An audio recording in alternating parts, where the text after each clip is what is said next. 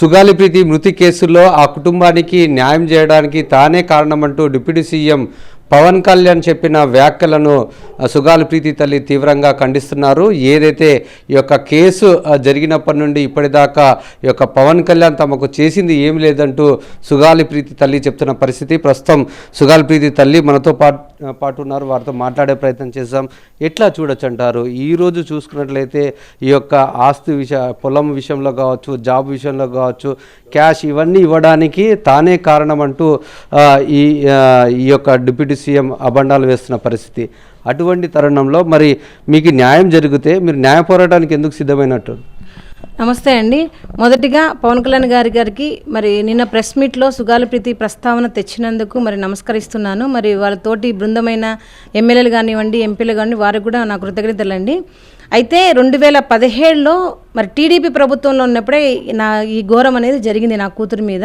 మరి అప్పుడే ఇవ్వాల్సిన, అంటే as per the SC ST act, అది GOMS 95 29/8/2017 మాకంటూ ఒక యాక్ట్, అంటే ఎవరైతే SC కానీ ST కానీ మహిళ కానివ్వండి, మరి ఆ ఇంట్లో ఎవరికైనా కానీ ఇలాంటి అఘాయిత్యాలు జరిగినప్పుడు మరి రీహాబిలిటేషన్ కింద రావాల్సినవి మాకంటూ కొన్ని ఎలిజిబుల్ అయిన విక్టిమ్స్ బాధితులకు ఇవ్వాలి. మరి అలాంటి తరుణంలోనే 2015 నుంచి కూడా మీరు చూసుకుంటే 2021 వరకు, అంటే ఈ 5 సంవత్సరాల్లో కానీ మేము ఎక్కడే కానీ మాకు ఇవి రావాలి ఇవి వస్తాయి, దీనికోసమే మా పోరాటం అని మేము చేయలేదు. నేను సుదీర్ఘ పోరాటం చేసిందల్లా నా సుగాలి కేసుకి ఎవరైతే కనుక అన్యాయం చేశారో, మరి ఆ అమ్మాయి మీద అత్యాచారం చేసి హత్య చేశారో వారికి శిక్ష పడాలని నేను పోరాటం చేస్తా ఉన్నాను. మొదట ఏదైతే అబండం వేశారో దాని గురించి మాట్లాడే ప్రయత్నం చేద్దాం. అంటే మొదట డిప్యూటీ సీఎం చెప్తున్నారు, అతని వల్లనే మీకు ఈరోజు 5 సెంట్ల భూమి కావచ్చు, 5 ఎకరాల పొలం కావచ్చు, కొంత డబ్బు కావచ్చు, ప్రభుత్వ ఉద్యోగం కావచ్చు, ఇవన్నీ తానే ఇప్పించాను, తన వల్లనే వచ్చిందని చెప్పేసి చెప్తున్నారు. మీరేమంటున్నారు? 2017 టీడీపీ గవర్నమెంట్లో ఉన్నప్పుడే ఈ యొక్క అమ్మాయి మీద అత్యాచారం జరిగి హత్యకు గురైందని చెప్పేసి చెప్తున్న పరిస్థితి. ఈ యొక్క చట్టం ప్రకారంగా మీకు రావాల్సిన రాయితీలు ఏవైతే ఉన్నాయో అవి 2021లో ఇచ్చారంటారు. అంటే చంద్రబాబు ఇచ్చారా, జగన్మోహన్ రెడ్డి ఇచ్చారా? సార్, 2017 ప్రభుత్వంలో ఉన్న టీడీపీ ప్రభుత్వమే మాకు ఇవ్వాల్సి ఉండే సార్, కానీ ఇవ్వలేదు. మరి మేము ఈ పోరాటం చేస్తూ ఉన్నప్పుడు మరి 2021లో మరి జగన్మోహన్ రెడ్డి గారి ప్రభుత్వంలో ఏవైతే మాకు రావాల్సినవి, చట్ట ప్రకారం రావాల్సినవి ఉన్నాయో అవి ఇవ్వడం జరిగింది. అయితే 2017 నుంచి 19 నేను కలిసింది పవన్ కళ్యాణ్ గారిని 2019 అక్టోబర్లో. 2017 నుంచి 19 వరకు మా పోరాటం సాగింది. అంటే మేము మా పోరాటంలో మరి SC ST BC minority leaders కావచ్చు, మరి మహిళా సంఘాలు కావచ్చు, మరి స్టూడెంట్ ఆర్గనైజేషన్ వారు, మరి ముఖ్యంగా మరి మందాకృష్ణ మాదిగ గారు కూడా మేము వాళ్ళ సపోర్ట్ అడిగాము. మరి వారు కూడా మాకు సపోర్ట్ చేసి మరి పోరాటం చేశారు. 2019లో మరి పవన్ కళ్యాణ్ గారు మరి మా కేసు మీద స్పందించడం జరిగింది.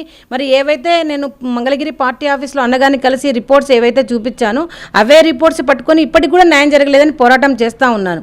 మరి అప్పుడు 2019 నుంచి 2024 వరకు మరి అన్నగారిని మాకు సపోర్ట్ ఇచ్చారు. నేను అదే ప్రతి చోట కూడా చెప్తున్నాను కృతజ్ఞతగా.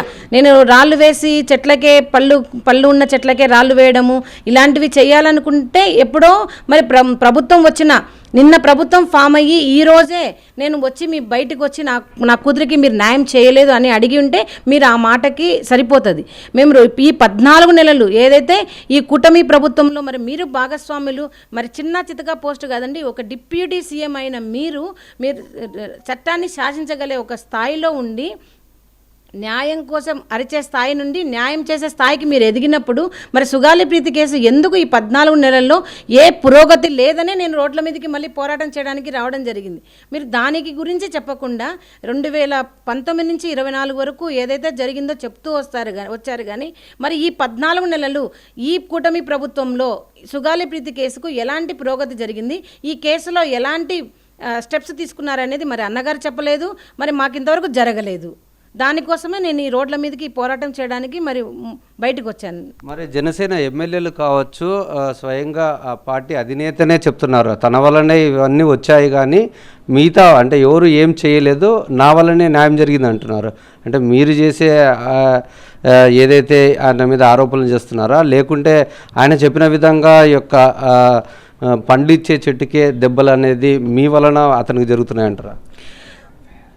పండ్లిచ్చే చెట్టుకే దెబ్బలు అనేది నాకు ఆ అన్న ఎందుకు ఆ సామెతను వాడుతున్నారో మరి నాకైతే తెలియదన్నా. ఎందుకంటే ఇప్పుడు నేను పోరాటం చేయకుండా అసలు సుగాలి ప్రీతి కేసు మీ దగ్గరికే వచ్చేది కాదు కదా. నేను పోరాటంలో నిలబడకపోతే కనుక సుగాలి ప్రీతికి కేసు ఇన్సిడెంటే మీ దగ్గరికి వచ్చేది కాదు కదా. మరి పోరాటం చేయకుండా మీరు సపోర్ట్ నాకు ఇచ్చారని చెప్తున్నాను. మీరొక్కరే సపోర్ట్ చేశారు అనేది ఎంతవరకు కరెక్టో మీరే ఆలోచించాలి. ఎందుకంటే ప్రతి ఒక్కరు స్టూడెంట్ లీడర్స్ కానివ్వండి, మరి మీకు చెప్పుకుంటూ వచ్చాను, వీళ్ళందరూ కూడా నాకు సపోర్ట్ చేశారు, మరి మోరల్ సపోర్ట్ ఇచ్చారు. ఒకవేళ మీరు అన్నట్టుగా ఇప్పుడు ఏదైతే మరి ఎమ్మెల్యేలు గారు మాట్లాడుతున్నారు, మరి 5 ఎకరాల భూమి 5 సెంట్ల స్థలము మరి 2 ఉద్యోగాలు ఇచ్చారని ఎవరో రాస్తే మరి మీరు చెప్తున్నారు. అవి ఎంతవరకు నిజాలు అని కూడా మీరు తెలుసుకొని మాట్లాడితే అన్నగారు నాకు చాలా బాగుండేది. ఎందుకంటే ఎంత సెన్సిటివ్ కేసు అంటూనే మా మీద మీరు బురద జల్లే ప్రయత్నం చేశారండి. ఎందుకంటే నేను ఓసీలు, నేను రెడ్డి, బై క్యాస్ట్ రెడ్డి, నేను ఓసీ, నేను హ్యాండిక్యాప్డ్, ఫిజికల్లీ హ్యాండిక్యాప్డ్లోనే నాకు 2013లో నాకు జాబ్ వచ్చింది. నేను మెడికల్ డిపార్ట్మెంట్లో ఎఫ్ఎన్ఓగా మరి నేను ఉద్యోగం చేరడం స్టార్ట్ చేశాను. మరి అలాంటప్పుడు 2 ఉద్యోగాలు ఇచ్చారని మీరు ఎలా చెప్తున్నారు? మరి ఈ 5 ఎకరాల పొలం ఒకవేళ మేము ఎస్సీ ఎస్టీ కాకుండా ఉండింటే ఈ సుగాలి ప్రీతి తల్లి మీద మీరు ప్రేమతో కానీ లేదంటే కనుక ఈ సుగాలి ప్రీతి మీద జాలితో కానీ మీరు ఇచ్చేవాళ్ళ? పాప చంపబడింది కాబట్టే మేము దానికి ఆ బాధితులం కాబట్టి యాజ్ పర్ ద యాక్ట్ ప్రకారం ఇవ్వడం జరిగింది. యాజ్ పర్ ద యాక్ట్ ప్రకారమే నాకు రావాల్సినవి వచ్చాయి. మరి దానికంటే ఎక్కువ ఏమన్నా ఇచ్చారా? లేదంటే మీరేమన్నా మీ సొంతగా మీరు వచ్చి ఇదిగోండి మీరు అడగకపోయినా నేను ఇచ్చానని లేదు కాదండి. రాజ్యాంగంలో రాసిన చట్ట ప్రకారము మరి జగన్మోహన్ రెడ్డి గారి పీరియడ్లో మాకు ఇవ్వడం జరిగింది. మరి కేసుకు న్యాయం జరగలేదని నేను అడుగుతా ఉన్నాను. నేను అడిగేది ఇప్పుడు మీకు నేను ఇప్పుడు కూడా అడుగుతున్నది మీకు, నాకు అవి రావాలి ఇవి కావాలని కాదండి. నాకు కావాల్సింది కేసుకు న్యాయం. అదేవిధంగా నాకు రావాల్సిన దాంట్లో నేను తీసుకునే హక్కు నాకు ఉంది. మీరు దాన్ని పదే గుచ్చి ఇన్ని కోట్ల ఆస్తి ఇచ్చినట్లుగా మీరు మాట్లాడడం అనేది మంచిది కాదు. నిజంగానే ముఖ్యంగా ఈ యొక్క కేసులో కీలకమైన అంశం గురించి డిప్యూటీ సీఎం మాట్లాడారు. ఏంటంటే ఈ యొక్క డిఎన్ఏ టెస్ట్లో ఈ యొక్క రిపోర్ట్ని మార్చేశారా అంటున్నారు. అంటే నిజంగా మార్చేశారా? అంత అవకాశం ఉంటుందా సార్? ఇన్సిడెంట్ జరిగింది 2017 టీడీపీ ప్రభుత్వంలో సార్. మరి ఏదైతే ఎఫ్ఐఆర్లో సెక్షన్స్ 302, 201, పోక్సో 10 యాడ్ అయ్యాయి, ఎస్సీ ఎస్టీ యాక్ట్ కూడా యాడ్ అయ్యాయి. ఇవన్నీ కూడా ఎఫ్ఐఆర్లో నమోదయ్యాయి. మరి ఎఫ్ఐఆర్ అయిన తర్వాత ఛార్జ్షీట్ వేయాలి. ఈ ఛార్జ్షీట్ 2018లోనే టీడీపీ ప్రభుత్వంలోనే జరిగింది. మరి నేను అప్పటి నుంచి కూడా చెప్తున్నాను, ఉన్నతాధికారులు ఎవరైతే కనుక విచారణ అధికారులు ఈ కేసును తారుమారు చేశారని నేనే చెప్పుకుంటా వచ్చాను. ఆధారాలు కూడా చూపించాను. ఇది జరిగింది 2018లో జరిగింది. 2018 అంటే టీడీపీ ప్రభుత్వమే ఉంది. నేను అందుకే ఆ అధికారులను సస్పెండ్ చేసి ఎవరి ప్రలోభాలు పెట్టి ఎవరి కోసం ఎవరిని మెప్పించడానికి కోసం కేసును తారుమారు చేశారని అదే అడుగుతున్న న్యాయం. మీరు ఇప్పుడు కొత్తగా డిఎన్ఏ మారిపోయింది, కేసును తారుమారు చేశారు, మాకు అవన్నీ ఇచ్చి కేసును తారుమారు చేశారని చెప్పడము అవాస్తవం. ఇప్పుడు కేసు జరిగింది 2017, ఛార్జ్షీట్ అయింది 2018, మాకు రావాల్సిన బెనిఫిట్ వచ్చింది 2021. ఎంత వ్యత్యాసం ఉందో చూడండి. మరి మాకు ఇవన్నీ కాదండి, ఫోరెన్సిక్ రిపోర్ట్లు ఎవరు మార్చలేరు, పోస్ట్ మార్టం రిపోర్ట్ ఎవరు మార్చలేరు, సైటాలజీ రిపోర్ట్ని ఎవరు మార్చలేరు, హిస్టోపెథాలజీ రిపోర్ట్ని ఎవరు మార్చలేరు, రీసెంట్గా వచ్చిన సిడిఎఫ్డి రిపోర్ట్ కూడా మార్చలేరు. ఈ డిఎన్ఏలు వాళ్ళకి స్కూల్ వాళ్ళకి ఎవరైతే హర్షవర్ధన్ రెడ్డి, దివాకర్ రెడ్డి, జనార్దన్ రెడ్డి ఉన్నారో వాళ్ళ సెమెన్ ఈ అమ్మాయి మీద మ్యాచ్ కాలేదనేది వచ్చింది. ఇప్పుడు కాదండి వచ్చింది, మరి పవన్ కళ్యాణ్ గారు కర్నూలుకి ర్యాలీ చేయకముందే ఈ రిపోర్ట్ వచ్చింది. ఏదైతే 20 అంటే జనవరి 30, 2020లోనే ఈ రిపోర్ట్ వచ్చింది. అది కూడా మేము అన్నగారికి చెప్పడం జరిగింది. ఈ డిఎన్ఏ మ్యాచ్ కానంత మాత్రాన ఈ ముద్దాయిలు ఒకవేళ టీడీపీ ప్రభుత్వానికి చెందిన వారు కాబట్టి మీరు ఇలా మాట్లాడుతున్నారా? మరి ఎందుకు మీకు ఈ వ్యత్యాసం? డిఎన్ఏ మీకు అంటే వాళ్ళు అక్కడ ఏమంటారు సెట్ కానంత మాత్రాన అంటే డిఎన్ఏ మ్యాచ్ కానంత మాత్రం వాళ్ళు చేసినట్లు కాదా? ఎందుకంటే అదొక రెప్యూటెడ్ హాస్టల్ అండి. హాస్టల్లో వీరు తప్ప 3వ వ్యక్తి వెళ్ళి చేసేంత ధైర్యము, చేసేంత మరి తప్పించుకునేంత ధైర్యం కూడా లేదు. మరి ఎందుకు ఇలా చేస్తున్నారు? మరి అందుకే చెప్తున్నాను సార్, ఈ రిపోర్ట్స్ అన్నీ ఉండగా ఈ రిపోర్ట్స్ ప్రకారమే విచారణ మళ్ళీ మొదలు పెట్టండి. అక్కడ సీన్ ఆఫ్ అఫెన్స్ అంతా డిస్టర్బ్ చేశారు, అక్కడ సీక్రెట్ బెడ్రూమ్స్ ఉన్నాయి, ఇదిగో ఇలాంటి పెద్ద పెద్ద వాళ్ళ ఫొటోస్ పెట్టుకొని అమ్మాయిలను ట్రాప్ చేస్తున్నారని చెప్తున్నాను. వారిని బయటికి తీయడానికి మీరు బాధపడుతున్నారా? మా మీద మీరు ఇంత నిందలేస్తున్నారే, ఇంత కోటీశ్వర్లు అయిపోయినారని మీరు చెప్తున్నారే, ఏదైతే మరి ఎకరా 2 కోట్లు పోతుంది 3 కోట్లు పోతుందని చెప్తున్నారే, మరి అదే చెప్తున్నాను. మరి అదే పవన్ కళ్యాణ్ గారికి కానీ వాళ్ళ ఎమ్మెల్యేలు కానీ వచ్చి మీకు చేతులెత్తి నమస్కరిస్తున్నాను. మరి 1 ఎకరా నా దగ్గర కొనండి, మరి ఆ డబ్బులతో నేను అప్పులన్నా తీర్చుకుంటాను. నాకు దాదాపుగా ఈ 8 సంవత్సరాల్లో ఈ పోరాటానికి మరి దాదాపు 80-90 లక్షలు అప్పు అయ్యాయండి.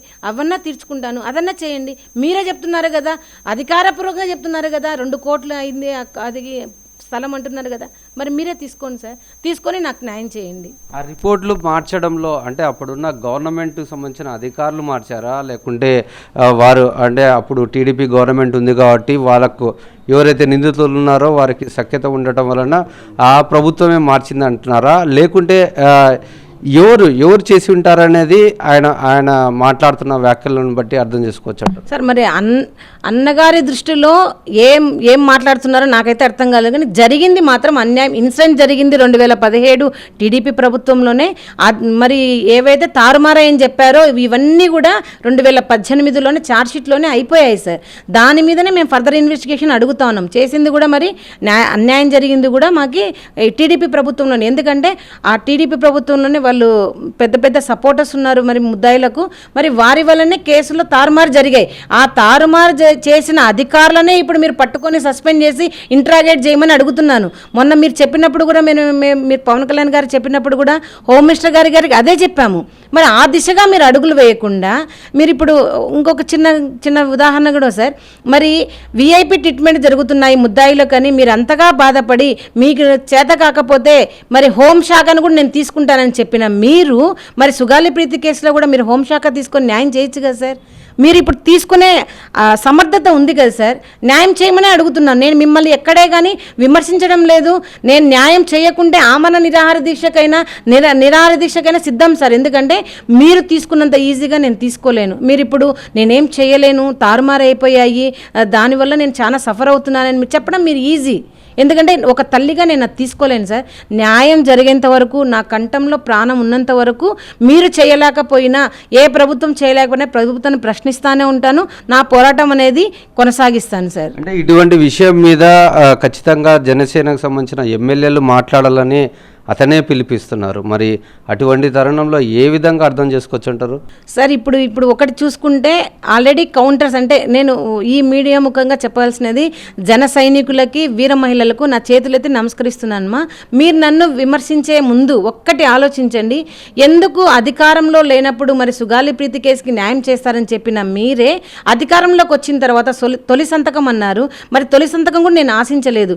మరి తొలి సంతకం ఆశించకుండా మీ దగ్గరికి నేను ఎన్నిసార్లు అపాయింట్మెంట్కి వస్తే కూడా నాకు అపాయింట్మెంట్ కూడా ఇవ్వలేని దిక్కులేని పరిస్థితిలో ఉన్న నేను పోరాటం రోడ్ల మీదకి వచ్చి చేయాలన్నా వద్దా? ఒకటి ఆలోచించండి. ఒక తల్లిగా ఆలోచించండి, ఒక తండ్రిగా మీరు ఆలోచించండి, ఒక అన్నగా, ఒక అక్కగా, ఒక చెల్లిగా మీరు ఆలోచించి మీరు చెప్పాలి. ఇప్పుడు మీరు మొన్నటి వరకు మీరే ప్రతి మీటింగ్లో మాట్లాడి ఇప్పుడు మీరు మంత్రులకు, మీ ఎమ్మెల్యేలకు ఉసిగొలిపి అంటే నా మీద బురద చల్లడానికి, నా మీద క్యారెక్టర్ అసెషన్ చేయడానికి, లేదంటే నేను డబ్బు కోసం చేస్తున్నాను, లేకపోతే నన్ను ఎవరో వెనకలుండి నడిపిస్తున్నారని చెప్పించడానికి మీరు చేసే ప్రయత్నం అయితే మంచిది కాదు సార్. ఎందుకంటే మీరే ఎన్నోసార్లు ఆ అమ్మాయి ఒక కాలు లేకుండా ఒక అమ్మాయి ఒక లాయర్ అయిపోయింది, మరి చదవడానికి ఒక డాక్టర్ అయిపోయిందని చెప్పిన మీరే ఇప్పుడు నేను అలా డబ్బు కోసమే చేస్తున్నానని మీరు ఇండైరెక్ట్గా కేసుకు ఏమీ చేయలేను అని మీరు చెప్పడం దీని ఉద్దేశం అని నేను అనుకుంటున్నాను సార్.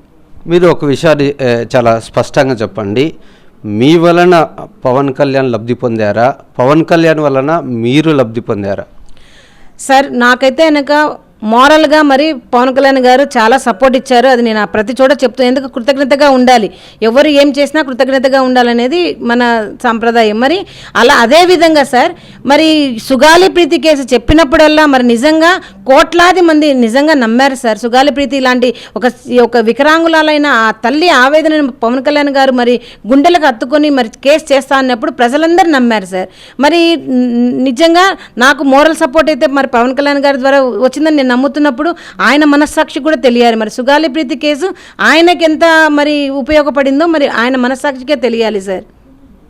మరి చివరగా అంటే ఒక పక్కన జనసేనకు సంబంధించిన నాయకులు కావచ్చు, డైరెక్ట్ ఆయన అధినేతనే మీ మీద అబండాలు వేస్తున్నారు. మరి మీరు న్యాయ పోరాటం చేయడానికైతే కొన్ని అడ్డంకులు సృష్టిస్తున్నారని చెప్పేసి మీరు చెప్తున్నారు. మరి ఏ విధంగా ఉండబోతుందంటారు మీ యొక్క పోరాటం? సార్ ఈ పోరాటం ఇప్పటి నుంచి నేను మళ్ళీ కొత్త శత్రువుగా నేను నా మీద కౌంటర్స్ కానివ్వండి, నా క్యారెక్టర్ అసోసియేషన్ అన్నీ చేస్తారు సార్. కానీ ఒకటి న్యాయం చేయలేనప్పుడే ఇవన్నీ చేస్తారు సార్. అదేదో న్యాయం చేసేస్తే మేము రోడ్ల మీదకి రాము, మిమ్మల్ని ప్రశ్నించాం కదా సార్. నేను అడుగుతున్నది 2017 నుంచి ప్రతి ప్రభుత్వాన్ని అడుగుతుంటే ఈ ప్రభుత్వాన్ని కూడా 14 నెలలు మీరున్నారనే ఈ ప్రభుత్వాన్ని నమ్మాము, గుడ్డిగా నమ్మాను. ఈ 14 నెలల్లో నాకు న్యాయం జరిగిపోతుందని నేనే కాదు సార్, కోట్లాది మంది ప్రజలు కూడా ఎదురు చూశారు. కానీ మీరు ఈ 14 నెలలు చేయలేదు కాబట్టే నేను రోడ్ల మీదకి వచ్చి మిమ్మల్ని ప్రశ్నిస్తున్నాను. మిమ్మల్ని ప్రశ్నించకూడదు, మీకు యాక్ట్ ప్రకారం మీకు వచ్చాయి కదా, మేము చేసినప్పుడే న్యాయం అంటే తప్పు కదా సార్. మరి మీరు ప్రతిపక్షంలో ఉన్నప్పుడు చాలా బాగా గొంతిప్పారు, మరి అసెంబ్లీలో ఖచ్చితంగా మాట్లాడాలన్నారు. మరి మీరు గెలిచిన తర్వాత ఎన్ని క్యాబినెట్ మీటింగ్ జరిగాయి, ఎన్ని అసెంబ్లీ సెషన్స్ జరిగాయి, మరి ఎన్నిసార్లు మీరు సుగాలి ప్రీతి కేసు గురించి మాట్లాడారు సార్? సార్ ఎందుకు సార్ ఈ అవిటిదానికి మీరు ఇంత అన్యాయం చేయాలనిపిస్తుంది సార్? మరి మీరు నిన్న అంత బాధపడ్డారు, ఒక్క మాట మీరు నమ్మక ద్రోహం అనే మాటకే మీరు బాధపడినప్పుడు మరి నేను ఆ డబ్బుడుకు అమ్ముడుపోయాను, మరి కేసుకు నేనే నీరు గార్చుకుంటానని మీరే చెప్పడంలో ఎంతవరకు చెప్పండి ధర్మం సార్? మీరు మీ చుట్టుపక్కల ఉన్న వాళ్ళే మిమ్మల్ని అపాయింట్మెంట్ ఇవ్వకుండా చేస్తున్నప్పుడు మీరు అడగాలి సార్. నిజంగా ఆ తల్లిగారు ఇన్నిసార్లు ఆఫీస్కి వచ్చారా, మరి ఎందుకు మీరు అపాయింట్మెంట్ మీ వాళ్ళని అడగాల సార్? మీరు నిజాలు తెరుచుకొని మాట్లాడాలి సార్. సుగాలి ప్రీతి కేసులో రావాల్సినటువంటి కూడా మీ దగ్గర ఇంకా ఆగిపోయి ఉన్నాయి సార్. ఈ ప్రభుత్వం కూడా అప్పట్లో ఇవ్వలేదు, ఇప్పుడన్నా ఇవ్వండి. ఖచ్చితంగా మాకు పెన్షన్ రావాలి, నిజంగానే హౌస్ కట్టించి ఇవ్వాలి. నేను నా గొంతమ్మ కోరిక కాదు సార్, ఇది ఖచ్చితంగా యాక్ట్లో ఉంది, మీరు చేసి తీరాలి సార్. ప్రభుత్వము న్యాయంతో పాటు మేము గౌరవంగా బ్రతికే ఈ సమాజంలో మాకు మీరు ఇవి యాక్ట్లో ఉన్న ప్రకారం మీరు చేసి ఇవ్వాలి సార్. అంతేగాని నేను నా కూతుర్ని సమాధిలోంచి తీసి బ్రతికించి ఇవ్వమని నేను అడగడం లేదు సార్. అది గొంతమ్మ కోరిక. మీరు ఇలా మాట్లాడడం అనేది మమ్మల్ని చాలా మీరు బాధ పెడుతున్నారు సార్. ఈ మాటల వల్ల మా మనసులకి మీరు గాయపరుస్తున్నారు సార్. మరి మీ పోరాటం ఏ విధంగా ఉండబోతుందంటారు సార్? ఖచ్చితంగా ఎవ్వరు వచ్చినా రాకపోయినా నా ప్రతి ఒక్కరిని కలుపుకొని వెళ్తాం సార్. వచ్చిన వాళ్ళు వస్తారు, రాని వాళ్ళు బురద జల్లుతారు. మరి నేను నా కుటుంబ సభ్యులు మరి నా వెంట వచ్చే ప్రతి ఒక్కరితో మేము పోరాటం చేయడం జరుగుతుంది సార్. నేను అదే నిన్న కూడా మరి విజయవాడలో ప్రెస్ మీట్లో కూడా ఇదే చెప్పాను సార్. మరి రేపు 4వ తేదీ క్యాబినెట్ మీటింగ్స్ ఉన్నాయి సార్. మరి క్యాబినెట్ మీటింగ్లో మీరు చెప్పినట్లుగా మరి మీరే చెప్పారు అసెంబ్లీలో లేవనెత్తాలని. మీరు మరి సుగాలి ప్రీతి గురించి కేసు గురించి ఒక ఖచ్చితమైన నిర్ణయం తీసుకొని మాకు అతి త్వరలో మీరు న్యాయం చెయ్యండి. మేము ఇంకా ప్రశ్నించడం మానేస్తాం. మీరు ఒకవేళ చెయ్యము, మేము చేసేది ఇంతే అంటే మాత్రం ఖచ్చితంగా మేము మళ్ళీ ప్రశ్నిస్తాం సార్. మళ్ళీ మేము గల్లీ నుంచి ఢిల్లీ వరకు కూడా మేము వెళ్ళడానికి సిద్ధంగా ఉన్నాం సార్. మా గల్లం మేము విప్పుతాం సార్.